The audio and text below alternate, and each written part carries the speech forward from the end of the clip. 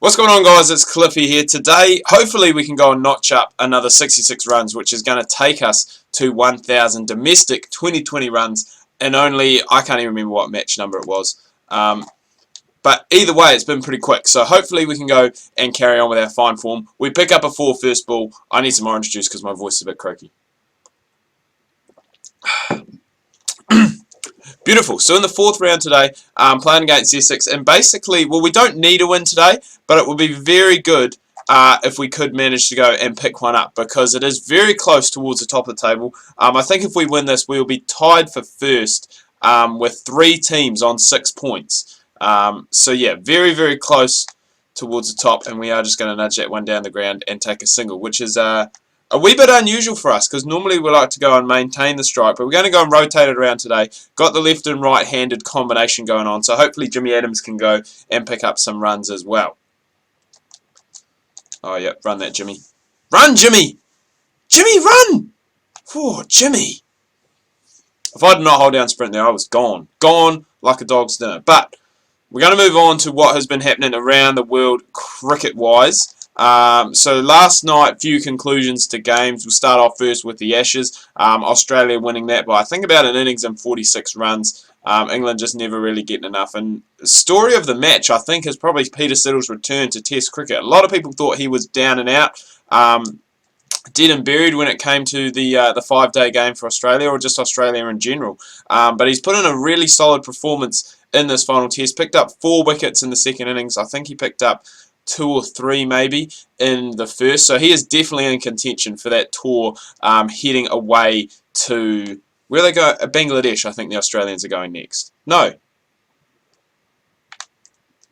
Oh, I haven't got hold of that one at all.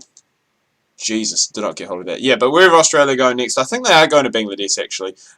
So I think he's in. A lot of people were a wee bit concerned when he was picked ahead of Cummins, but I think he's gone and really done himself a good favour by putting in a very good performance in that 5th Test. So Australia win that. I'm not quite sure who man of the series was. Steve Smith got man of the match for his 11th Test 100. He scored 143 in the first innings, and I guess everyone just contributed. Adam Voges got some runs, which potentially could save him. I was actually checking and reading through my comments this morning. A lot of people were saying that they think Adam Voges may be retained now due to the retirement of Chris Rogers and Michael Clarke as well. So really someone who, you know, not experienced as such in the Test arena, but experienced in cricket-wise, because he has played, obviously, for a long time. Oh, that's a nice shot. Past the diving fielder, and that's going to go away for 4. So he could potentially maintain his place. Mitchell Marsh, I think he's struggled with the bat, but with the ball he's been, he was very good in that last Test, so he is going to keep his place, I'd say. And we'll probably just actually go and pick up 1 there because of the field that they've got. They don't have those men down the ground, so Jimmy Adams getting the last ball. But those are just my thoughts. I don't think, a lot of people saying the Australian Test team is going to change majorly. I think obviously personally, I don't think the bowler's going to change too much. Nathan Lyon's still going to be in there for a spin. Mitchell Starc and Mitchell Johnson are still going to be there. Mitchell Starc, maybe, possibly not. I do rate him very much as a limited overs bowler. As a Test bowler, not quite so much as yet. I think he's still obviously got a lot of room to develop. He is still a young fella. So, oh Jesus, that's a nice cut shot. I don't know I could even play the cut. I've got to stop holding down sprint. That's something that people have been telling me. Say, Cliffy, stop holding down sprint. It's going to go and obviously get your player fatigued quicker. So that's something that we're really trying to work on, especially when the ball is definitely going to run away for a boundary. So, but yeah, anyway, back to that. I guess the Australian selection, shall we say, David Warner, new vice captain. I think he's obviously going to keep his place. Opener, having the opener is an interesting question. Who's going to be the new opener? A lot of people saying Joe Burns might be there. Shaun Marsh is another option. I don't know. Maybe Shaun Marsh for me, and this is what I said this morning. Oh, no, Monty. No, no, no. What I've said in my comments is that maybe it is finally time for Shaun Marsh to really stand up in the middle order and be, I guess, that experienced batsman. He's been around the Australian setup and the Australian side for a while now, so I mean, he definitely knows what he's doing. This could potentially be out. Oh, I think it is. Shit! It's pitched in line. Oh no! That's going to be gone. That's overturned. You don't see that very often. Decision overturned, and Cliffy's gone for 39. It was a very brisk 39 off just 13 deliveries, and just tried to play that one around our front pad and missed out. God damn. We're going to go to the end, and God, we struggled, man. I'm just going to... Whoa, Mascarenhas. I still think we lost that game, though, and that's not what we wanted. It's not what we wanted. We wanted to win that one.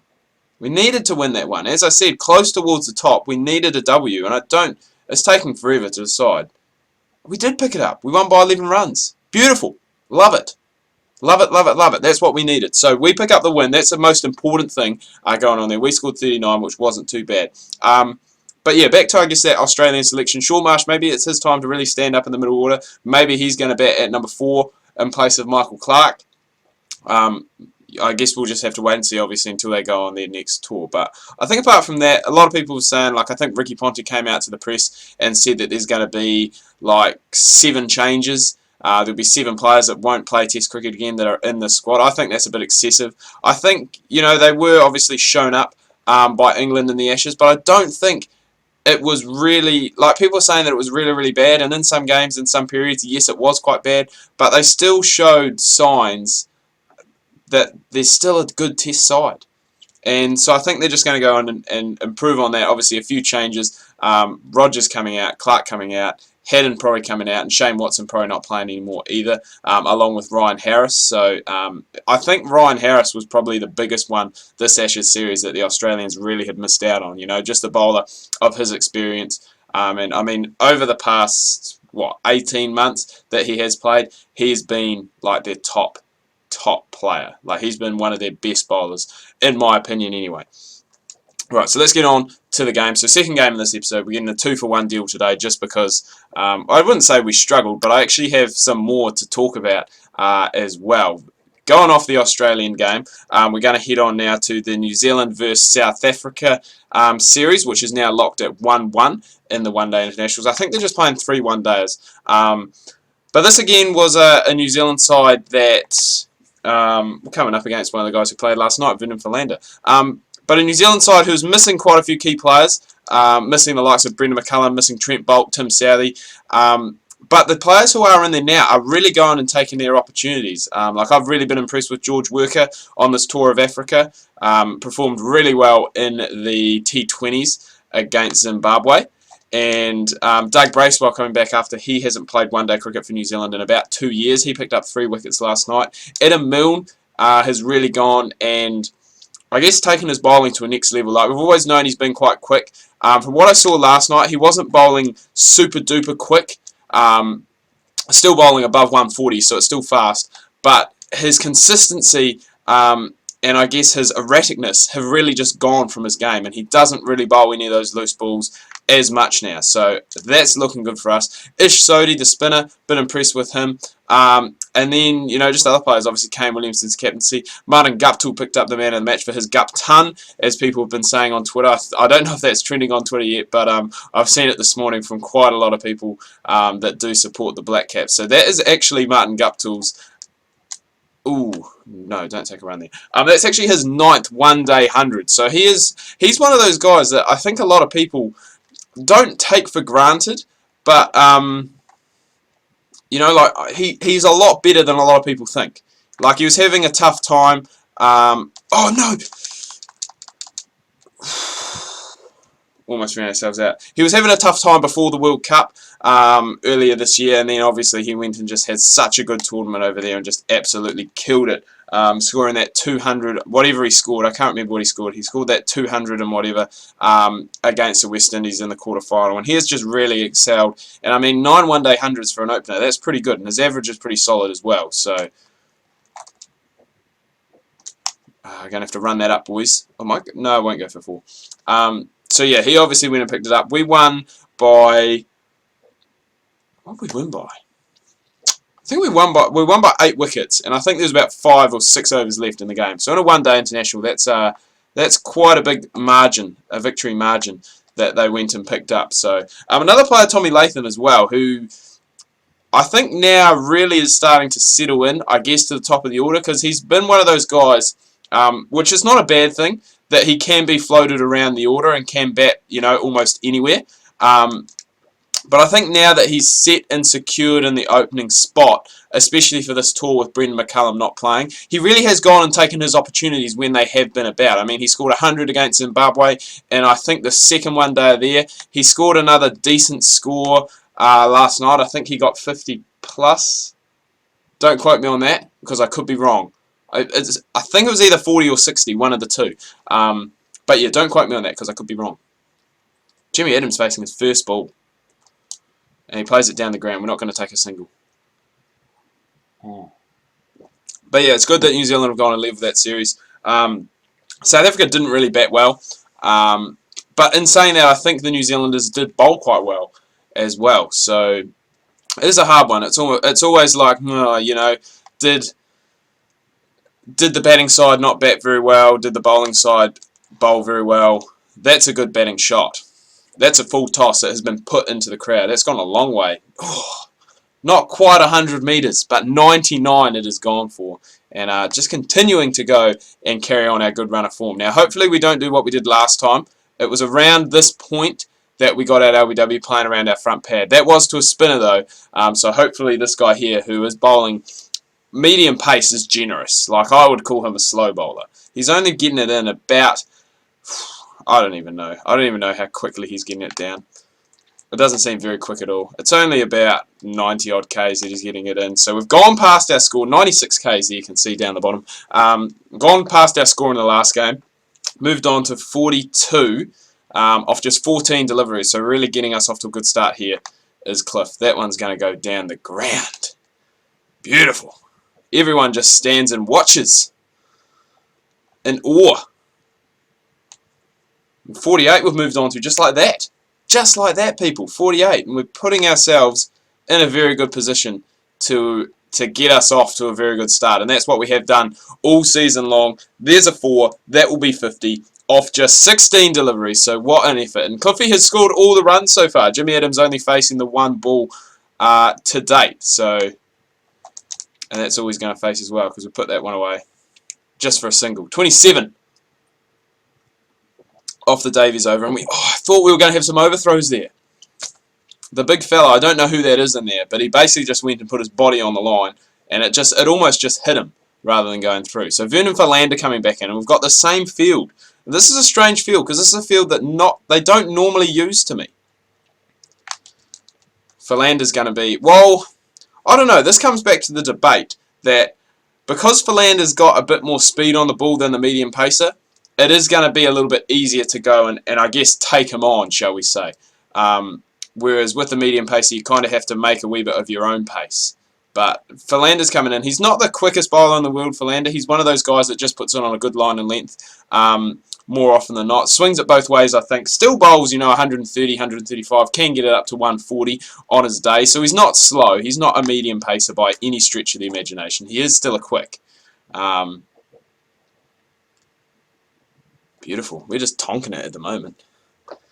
Taken for 3 sixes so far. The run rate is above 20. And this is just the start. Oh, that we would have wanted, but we've put that one straight up in the air. Oh, it's going to get far enough, though. We're going to get 4 for it. Should have really played that one off the back foot. But playing it off the front and still managing to go and pick up the 4. So, not complaining. We've raced on to 75.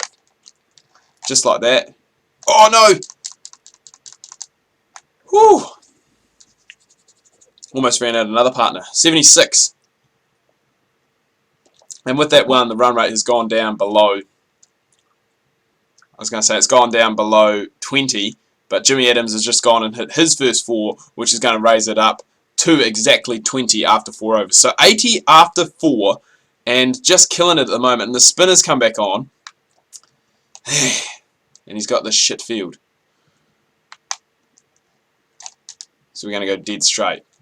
Absolutely dead straight. Had there been a fielder at almost, I guess, straight, he probably would have gone and taken that, because it wasn't timed the best, but still timed well enough. I was going to say they won't have a man there. That is flown. It's only gone 90 metres, but it feels like it's gone an absolute mile. Full toss going down leg, and it's just been helped on its way. Oh, now we go up over third man. Whew. Cliffy is playing it all around the ground today. For all those who say we just play through the covers and down the ground, not the case today, boys. Oh no, but I've hit that one too straight. Please go far enough. Whew, it's gone for 6. Whew, we've hit it well enough. That's 100 partnership. Whew, what are we on? We're on 98. Jesus. That snuck up on us. Just like that ball almost snuck up on us, but it hasn't done enough. And Cliffy is going to go and pick up a marvellous 100 after just 4.5 overs, would you believe it? 106 for none. That was another ball that could have gone anywhere. It was just a full toss. It was lobbed up and it just wanted to be hit, but not the case. 103 we move on to off just 28 deliveries. And that is crazy. We're just going to keep going and just continue to hopefully just keep smashing it. Remember, we're still in the power play, so we still have 1 over of fielding restrictions left, and that means we're just going to go and plummet it. We are going to plummet it when we get the opportunity. There's no point even running because it's coming off the bat so well today that there is no point in running. It's just being smashed all around the park.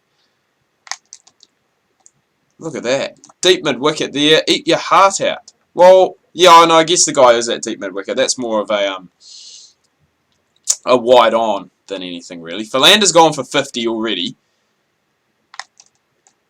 Oh, and he's just continuing to get pummeled. He is just continuing to get pumped. We're going to score 400 at this rate. We're going to bat through the innings and score 400. Oh, I didn't quite get a hold of that one, but it's still going to be enough. It's 1 bounce 4. It's almost gone for 6. There was like no timing in it whatsoever, and it's still almost just raced away. So where are their fielders?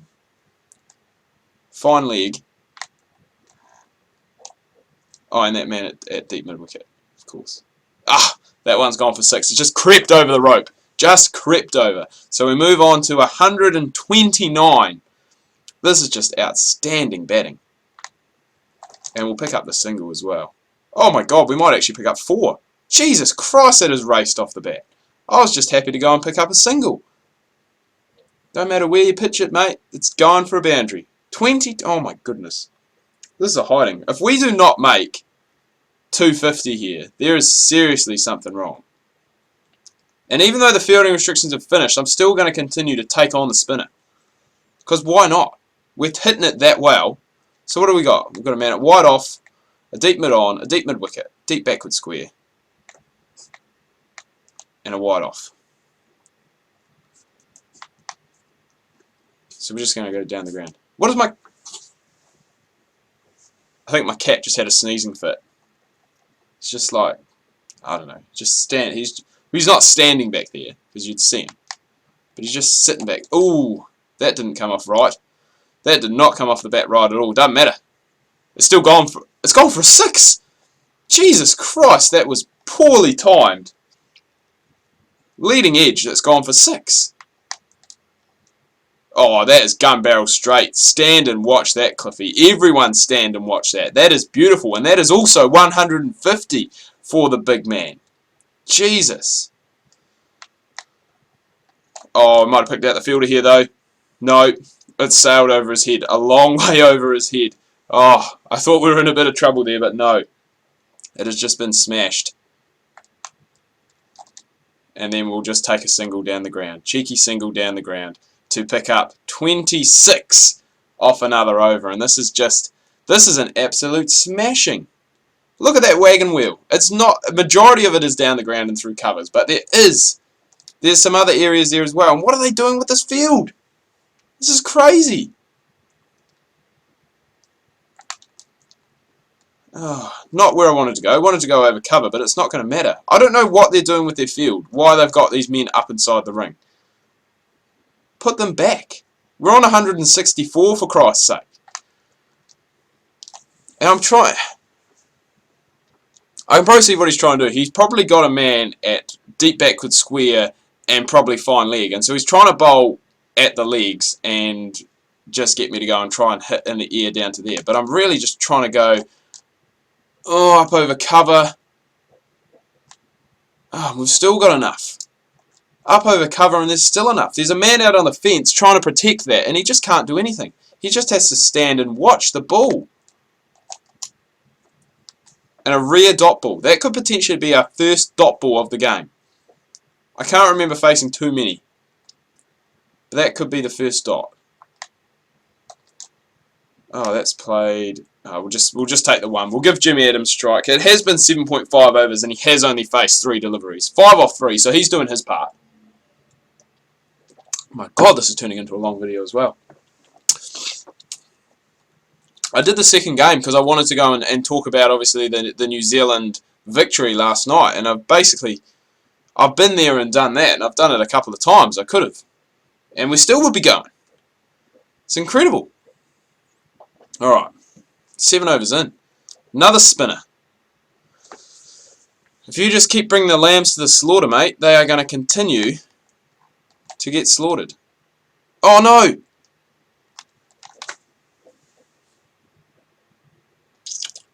I talked myself up so much. I said bring the lambs to the slaughter, and I do that. And first ball, play it down to that man.